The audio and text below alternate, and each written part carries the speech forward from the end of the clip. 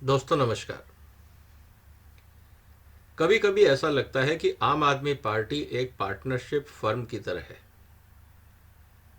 ऐसा लगा कि जैसे कुछ दोस्तों ने मिलके एक टी स्टॉल पे या किसी कॉमन जगह पे बैठ के ये विचार किया कि अब अपने कैरियर को आगे बढ़ाने के लिए, कुछ पैसा कमाने के लिए, कुछ नाम कमाने के लिए चलो मिलके एक राजनीतिक दल बनाते हैं।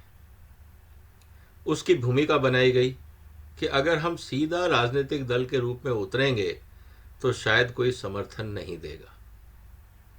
इसीलिए इंडिया अगेंस्ट करप्शन के तत्वाधान में एक पहले आंदोलन खड़ा किया गया, क्योंकि करप्शन इस देश में बहुत सेंसिटिव मुद्दा है। आम आदमी उससे जुड़ता है और जितने भी बुद्धिजीवी हैं, समाज के सभ्य लोग हैं जो देश और समाज की भलाई चाहते हैं, हर आदमी चाहता है कि इस देश से भ्रष्टाचार खत्म हो।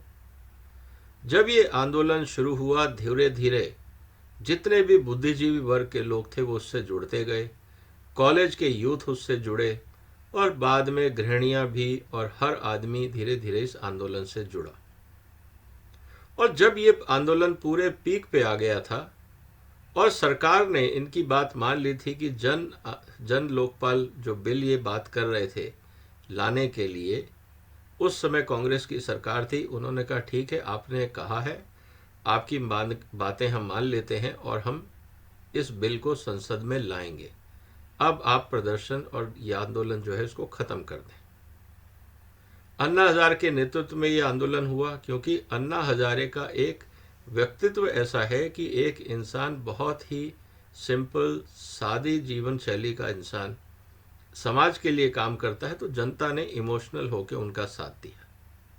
लेकिन शायद अन्ना हजारे इस बात को भूल गए कि इसके पीछे कुछ लोगों की मंशा कुछ और भी है। वो इस पूरे फोरम को क्रिएट करना चाहते थे एक पॉलिटिकल एजेंडा के लिए। जब ये आंदोलन खत्म हुआ, उसके तुरंत बाद ये घोषणा कर दी गई कि आम आदमी की बातों को उठाने के लिए हम एक नई पॉलिटिकल पार्टी बनाएंगे, जिसका नाम भी आम आदमी पार्टी रखा गया। जिन दोस्तों ने मिलके इस पूरी व्यू रचना की बात की थी, वो सब लोग साथ में आए, आंदोलन किया। दिल्ली में क्योंकि सेंटर था, दिल्ली में ज़्यादातर मिडिल क्लास, एजुकेटेड क्लास है, उन्होंने भरपूर समर्थन दिया। साथ ही दिल्ली में एक पॉलिटिकल वैक्यूम भी था। शीला दीक्षित जी के बाद दिल्ली में कांग्रेस कोई अच्छा लीडरशिप नहीं दे पाई, बीजेपी कोई अच्छा लीडरशिप नहीं दे पाई। कुल मिला के एक लीडरशिप वैक्यूम था, जिसका फायदा इस आंदोलन ने उठाया। लोग इमोशनल थे, पूरी तरह से मोबिलाइज थे। तुरंत इस पार्टी ने, आम आदमी पार्टी ने, चुनावी रणनीति में उतरने का फैसला किया और साथ में इमोशन के साथ साथ लॉलीपॉप्स की राजनीति, क्योंकि इस देश की जनता को ये काफ़ी लगता था कि साहब अमीर आदमी, बड़े आदमी, सरकारी आदमी, नेता लोग तो सब ले लेते हैं, आम आदमी को कुछ नहीं मिलता है। तो जब ये बात हो रही थी तो फ्री बिजली, फ्री पानी, फ्री और बहुत सारी चीज़ों की घोषणा करने के बाद इस पूरी रणनीति को जमीन पे उतारा गया। बहुत क्लियर एजेंडा था कि किसी तरह दिल्ली की सत्ता अपने पास आ जाए। जब इन दोस्तों ने मिलकर कैंपेन किया, और काफ़ी एजुकेटेड लोग थे, समझदार लोग थे, जब इन्होंने कैंपेन किया, निश्चित रूप से जनता ने साथ दिया और ये सत्ता में आए। आप सबको पता है, आम आदमी पार्टी अचानक रातों रात दिल्ली के अंदर स्टैब्लिश हुई। एक कहानी का फेज ये था। कहानी दूसरे पड़ाव पे आती है कि जैसे ही सत्ता मिली तो जो कन्वीनर थे पार्टी के, उनके दिमाग में कुछ और चल रहा था।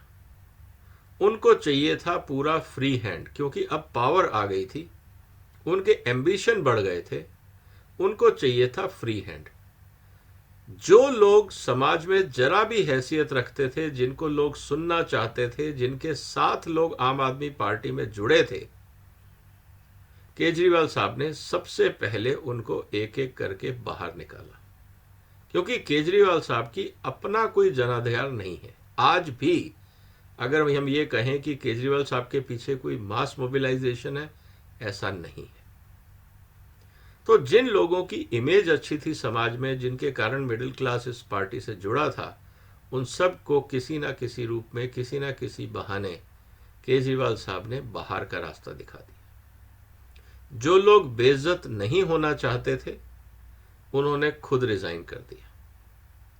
और जिन लोगों को लगता था कि अब ये पार्टी गलत रास्ते जा रही है, उन लोगों ने इनके साथ एक्टिव रोल में आना बंद कर दिया, जिसमें पुराने जजेस थे, आर्मी ऑफिसर्स थे, जो भी समाज में एक सभ्य वर्ग होता है जो अपनी इज्जत की चिंता करता है, वो सब एक एक करके बाहर हो गए।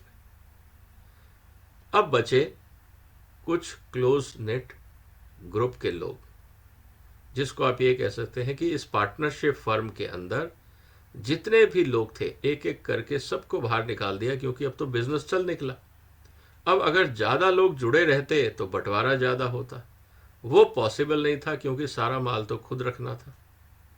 अल्टीमेटली छटनी करते करते आखिर में बचे दो पार्टनर, और एक पार्टनर ने कहा कि सारा काम आप संभालोगे, सिर्फ कुर्सी पे मैं बैठूंगा, साइन आपकी, पावर आपकी, सब कुछ आपका, लेकिन करता धरता आप रहोगे, मैं सिर्फ as a convener of the party मैं दिल्ली का सीएम बन के रहूंगा। और इस पूरे प्रोसेस के अंदर शायद वो दूसरे पार्टनर को ये बात समझ में नहीं आई कि जो एक पार्टनर है जिसने सारी पावर तुमको दे दी है, खुद अपने पास कुछ नहीं रखा है, इसलिए कि वो आप पे बहुत ज्यादा भरोसा करता है। हुआ ये कि सारे गलत काम करवाए गए, सारे कानूनी सिस्टम्स को तोड़ा गया, सारी मर्यादाओं को लांघा गया, और समस्या फिर ये हो गई कि इस पूरे प्रोसेस को कैसे स्टेबलाइज किया जाए। और अंत में जब घोटालों की बात सामने चली, तो एक एक करके जब पर्दे खुले, तो जिस इंसान को केजरीवाल साहब ने पावर दी थी, जिस इंसान को केजरीवाल साहब ने साइनिंग अथॉरिटी दी थी, वो इंसान फंसता चला गया। आज स्थिति क्या है? वो इंसान जेल में है और केजरीवाल साहब शीश महल में है। किस सफाई से अपने पार्टनर को रास्ते से हटाना है, अगर किसी को सीखना है तो केजरीवाल साहब से सीखे। अब स्थिति क्या है? अब स्थिति यह है कि पार्टनर जिसने पूरा साथ दिया केजरीवाल साहब को, सीबीआई ने आज उसके ऊपर चार्जशीट फाइल कर दी। पूरी इन्वेस्टिगेशन होने के बाद 3 धाराओं में सीबीआई ने केजरीवाल साहब के जो साथी हैं मनीष सिसोदिया, उस पे एफआईआर, और या जिसको हम कहें चार्जशीट फाइल कर दी। 3 धाराएं हैं। 120B, इसका मतलब है कॉन्स्पिरेसी। नॉन क्रिमिनल कॉन्स्पिरेसी भी अगर हम बांधते हैं, जिसमें क्रिमिनल एक्ट नहीं है, किसी का मर्डर आप नहीं कर रहे हैं, लेकिन आपने घपले की बात करी, उसमें 6 महीने की सजा का प्रावधान है। दूसरा जो कारण है जिसके ऊपर मनीष सिसोदिया के ऊपर जो सीबीआई ने चार्ज लगाया, वो ये लगाया है सेक्शन 201, आईपीसी सेक्शन 201 के तहत। वो ये है कि आपने साक्ष्य मिटाने की कोशिश करी। आपको याद होगा, मोबाइल फ़ोन बदले गए, तोड़े गए, बाकी हटाए गए, और बहुत सारे एविडेंसेस हटाए गए। उसके ऊपर एक कानून बनता है, या इस पे एक अपराध बनता है, उसके तहत मनीष सिसोदिया साहब के ऊपर कार्रवाई की गई। उसमें भी कम से कम 2 से 3 साल की सजा हो सकती है। तीसरा मुद्दा है 420 का, धोखाधड़ी का। आपने गलत डॉक्यूमेंट बना के एक्सचेकर के साथ, राज्य के साथ धोखाधड़ी करी, वो सामने आता है। और क्योंकि आप पब्लिक रिप्रेजेंटेटिव हैं, तो आप जो प्रिवेंशन ऑफ करप्शन एक्ट है, धारा 7 जो उसकी आती है, सेक्शन 7 जो है, उसके तहत भी एक केस बनता है। कुल मिला के बात यह है कि इतने धाराएं लगने के बाद इस तरह के साक्ष्य जब सीबीआई के पास आए, तो उन्होंने जो चार्जशीट बनाई है, निश्चित रूप से सीबीआई को पता है कि सेंसिटिव मुद्दा है, तो कच्चा काम तो सीबीआई ने भी नहीं किया होगा। तो अब होगा क्या? आने वाले दिनों में हम देखेंगे कि सिसोदिया साहब रहेंगे जेल में, और जिस बिजनेस पार्टनर ने या पॉलिटिकल पार्टनर ने या जिसके कहने पे सिसोदिया साहब ने सारे कर्मकांड किए, वो रहेगा शीश महल में। सिसोदिया साहब के कंधे का इस्तेमाल किया गया, उनको भी धोखे में रखा गया कि अल्टीमेटली केजरीवाल साहब की चाल क्या है। इसीलिए दोस्तों, आने वाले दिनों में आपको और बहुत कुछ देखने को मिलेगा। अब सवाल यह है कि क्या केजरीवाल साहब के खिलाफ सिसोदिया मुंह खोलेंगे? अगर वो नहीं खोलते हैं तो उनकी क्या मजबूरी है? क्या वो खुद पूरी जिंदगी जेल में सड़ना चाहेंगे? क्योंकि अगर उनको 2 साल की भी सजा हो जाती है तो उनका पॉलिटिकल कैरियर खत्म है। तो अगर सिसोदिया का पॉलिटिकल कैरियर खत्म है और केजरीवाल साहब ने सिसोदिया को नहीं बचाया या उसके साथ नहीं खड़े हुए, तो जितने बाकी आम आदमी पार्टी के नेता हैं, क्या वो केजरीवाल साहब पे भरोसा करेंगे? क्या उनको केजरीवाल साहब पे भरोसा करना चाहिए? क्या उनको केजरीवाल साहब की हर बात को फेस वैल्यू पे लेना चाहिए? कहीं ऐसा तो नहीं कि वो भी मनीष सिसोदिया की तरह शिकार हो जाए? बहुत कुछ बदलेगा आम आदमी पार्टी में। मुझे लगता है कि आम आदमी पार्टी की जो ग्रोथ हो रही थी अब वो रुक जाएगी। अब सिर्फ दिल्ली और पंजाब की रणनीति या राजनीति के बीच में आम आदमी झूलती रहेगी। बाकी राज्यों में संसाधन चाहिए, कौन जुड़ेगा? केजरीवाल साहब का जिस तरह से फैक्ट्स लोगों के सामने आ रहा है, क्या लोग उन पर भरोसा करेंगे? उनकी पर्सनल जो महत्वाकांक्षाएं हैं, चाहे पावर की या शोहरत की या वैभव की, जिस तरह से उन्होंने अपना शीश महल बनाया है, क्या ये सब चीजें केजरीवाल साहब की इमेज को इंप्रूव करेंगी या खत्म करेंगी? अगर ये सारी चीजें केजरीवाल साहब की इमेज को खत्म करती हैं, तो फिर जितनी भारत सरकार में, भारत के अंदर आज कल 150 से ज्यादा जो रीजनल पॉलिटिकल पार्टी है, केजरीवाल साहब उसमें से एक बन के रह जाएंगे। तो क्या जो नेशनल एम्बिशन है केजरीवाल का, क्या वो घट के सीमित होकर पंजाब और दिल्ली तक रह जाएगा? क्योंकि बाकी राज्यों में और कोई रीजनल पार्टी तो केजरीवाल साहब को पैर पसारने देगी नहीं। क्या आप ये कहेंगे कि लालू प्रसाद जी जो हैं वो केजरीवाल को अपने बिहार में पैर जमाने देंगे, या मुलायम सिंह जी के बच्चे जो अखिलेश यादव हैं वो यूपी में आम आदमी को पैर जमाने देंगे, या तेलंगाना में या आंध्रा में या तमिलनाडु में या केरल में वहाँ की जो रीजनल पार्टीज हैं वो केजरीवाल साहब को पैर जमाने देंगी? ऐसा राजनीति में नहीं होता। एक मूर्खता कांग्रेस कर चुकी है। केजरीवाल साहब को दिल्ली में पैर जमाने के लिए उन्होंने जगह बना के दी थी, क्योंकि जब पहली बार सत्ता में आए थे केजरीवाल साहब, उस समय उनके पास मेजॉरिटी नहीं थी। लेकिन कांग्रेस की इमेच्योरिटी या पॉलिटिकल स्टुपिडिटी, उनको बीजेपी को बाहर रखना था, इसलिए केजरीवाल साहब का समर्थन कर दिया, और आज केजरीवाल साहब ने कांग्रेस को ही दिल्ली में खत्म कर दिया। इस तरह की पॉलिटिकल इमेच्योरिटी क्या बाकी पॉलिटिकल पार्टीज करेंगी? ये तो आने वाला वक्त बताएगा। लेकिन फिलहाल सिसोदिया साहब जेल में हैं और केजरीवाल साहब शीश महल में हैं। क्या अभी भी दोनों की दोस्ती बरकरार रहेगी? मुझे लगता है कि अब इस दोस्ती में दरार आने का टाइम हो गया है।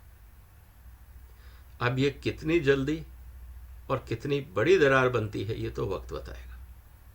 लेकिन कुछ ना कुछ तो ऐसे राज हैं सिसोदिया के जो केजरीवाल साहब के पास है, इसीलिए शायद सिसोदिया ज्यादा मुंह ना खोलें। लेकिन अगर कोई ऐसी बात केजरीवाल साहब की सिसोदिया के पास है जिसके कारण केजरीवाल साहब के लिए प्रॉब्लम हो सकती है, तो केजरीवाल साहब को सिसोदिया को बचाने के लिए आगे आना पड़ेगा। लेकिन मुझे लगता है कि केजरीवाल साहब ने ऐसे बहुत सारी चीजें की होंगी जो सिसोदिया को नहीं पता। इसीलिए बड़ी आसानी से केजरीवाल साहब सिसोदिया को डंप कर देंगे और सिसोदिया के पास एक ही रास्ता बचता है कि वो खुद कबूलनामा दे सीबीआई को और ईडी को कि जो जो कानूनी कार्रवाई हुई है उसमें सीएम का क्या रोल था। क्योंकि दिल्ली के ट्रांजैक्शन ऑफ बिजनेस रूल 1991 के पैरा 8 के हिसाब से सीएम की परमिशन के बगैर कोई पत्ता नहीं हिल सकता दिल्ली में। तो क्या केजरीवाल साहब को एक्सपोज करने के लिए या सच्चाई को सामने लाने के लिए मनीष सिसोदिया मुंह खोलेंगे? क्या सच्चाई रखेंगे इन्वेस्टिगेशन एजेंसीज के सामने? अब इंतजार इस बात का रहेगा। मुझे उम्मीद है कि सिसोदिया साहब सच्चाई बोलेंगे। जैसे ही केजरीवाल साहब ने सिसोदिया साहब को डंप किया, सिसोदिया साहब का स्टोरी लाइन शुरू हो जाएगा और केजरीवाल साहब की मुश्किलें। देखते हैं क्या होता है आने वाले दिनों में। बहुत कुछ होना है दिल्ली की राजनीति में और आम आदमी के भविष्य को हम किस तरह से देखते हैं, ये डिपेंड करेगा कि आने वाले दिनों में मनीष सिसोदिया और केजरीवाल के बीच में इक्वेशन कैसे बनती है। उम्मीद है दोस्तों आज आपको ये चर्चा पसंद आई होगी। अगर पसंद आई है तो इस चैनल को सब्सक्राइब करें, इस वीडियो को शेयर करें और अपने विचार रखें कि आपको क्या लगता है कि क्या केजरीवाल और सिसोदिया की दोस्ती बरकरार रहेगी या इसमें दरार आएगी। कमेंट बॉक्स में अपने विचार रखिए। देखते हैं आने वाले दिनों में क्या होता है। आपने वक्त निकाला, इसके लिए धन्यवाद। वंदे मातरम।